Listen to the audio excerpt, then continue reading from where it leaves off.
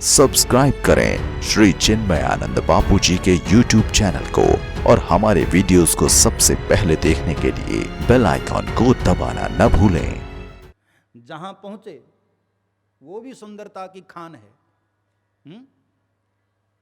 तो किस माध्यम से पहुंचे?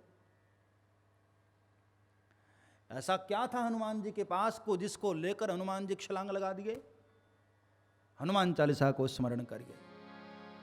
प्रभु मुद्रिका मेली मुख माही, प्रभु मुद्रिका मेली मुख माही, प्रभु मुद्रिका मेली मुख माही, प्रभु मुद्रिका मेली मुख माही, जलधि लांघी अचरज नाही, जलधि लांघी गए, जलधि लांघी गए अचरज नाही, जलधि लांघी गए। समुद्र के किनारे जब संपाति ने कह दिया कि जो लांघई सत योजन पारा, जो 100 योजन समुद्र पार कर पाएगा वही सीता का पता लगा पाएगा, तो सभी बंदर बेचारे बड़े निराश हो गए, बड़े उदास कि भाई मुझ में तो इतना सामर्थ्य नहीं कि मैं पार जा पाऊं। अंगद ने थोड़ी हिम्मत जरूर दिखाई, लोग खुश भी हो गए। अंगद ने तुरंत कहा भाई पार तो मैं जा सकता हूं। सारे बंदर बेचारे खुश, लेकिन अगले ही क्षण निराश भी हो गए, क्योंकि अंगद ने कह दिया पार तो मैं जा सकता हूं लेकिन वापसी में मुझे थोड़ा संशय है कि वापस आ पाऊंगा कि नहीं। ये संशय कछु फिरती बारा। असल में अंगद जी को एक ऋषि का श्राप लग गया था। अंगद रावण के बेटे अक्षय कुमार को बहुत पीटते थे, बहुत। अक्सर उन दोनों की लड़ाई हो जाती थी और बहुत मारते थे अंगद।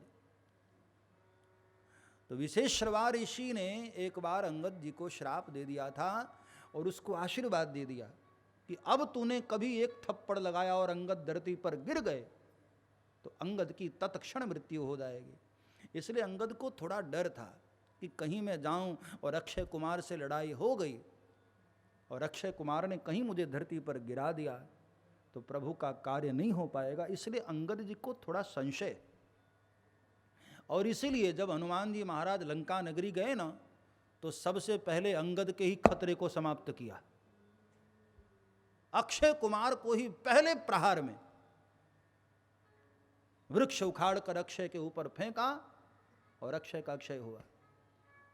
मानो ये हनुमान जी ने अंगद को एसएमएस भेजा था कि अंगद अब ये मत कहना कि मुझे संशय है, तुम्हारा रास्ता मैंने हमेशा के लिए क्लियर कर दिया।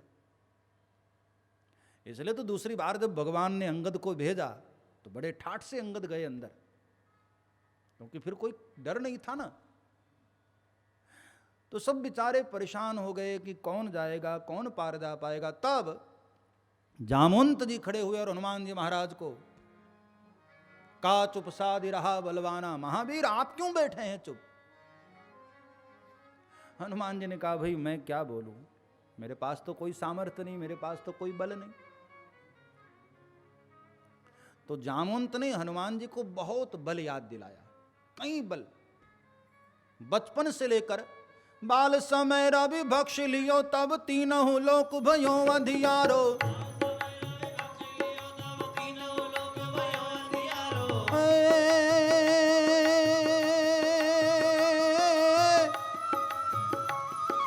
बाल समय रवि भक्ष लियो तब तीनों लोक भयो अधियारो, ताहि सुत्रास भयो जग को यह संकट काहू सुधर।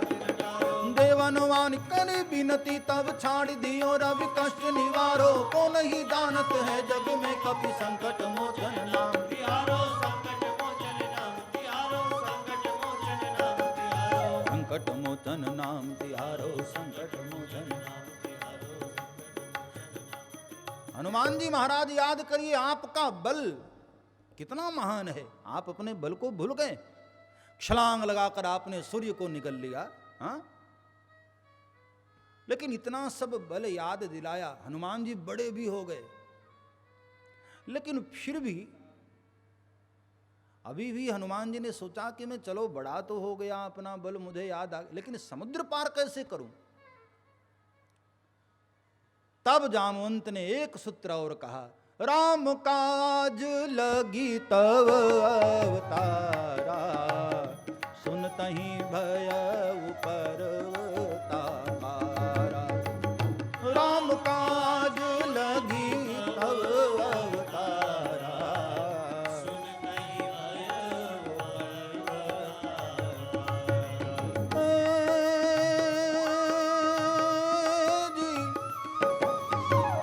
राम काज लगी तव अवतारा, सुनतहि भयउ पर्वताकारा। राम काज लगी तव अवतारा, सुनतहि भयउ पर्वताकारा। हनुमान जी महाराज ने जैसे ही सुना राम कार्य की मिला अवतार, सुनतहि भयउ पर्वताकारा, पैर धरती पर सर आकाश में, इतने विराट रूप हनुमान जी। और हनुमान जी को याद आ गया कि प्रभु ने चलते चलते मुद्रिका मुझे ही तो दी। हाँ, अंगद को नहीं दिया, जामवंत को नहीं दिया, दधिमुख को नहीं, नलनील को नहीं, केसरी को नहीं, हनुमान जी को दिया था। इसलिए प्रभु मुद्रिका मेल मुख माही, जलधि लांग गए अतर जनाहि। सब्सक्राइब करें श्री चिन्मयानंद बापू जी के YouTube चैनल को और हमारे वीडियोस को सबसे पहले देखने के लिए बेल आइकॉन को दबाना न भूलें।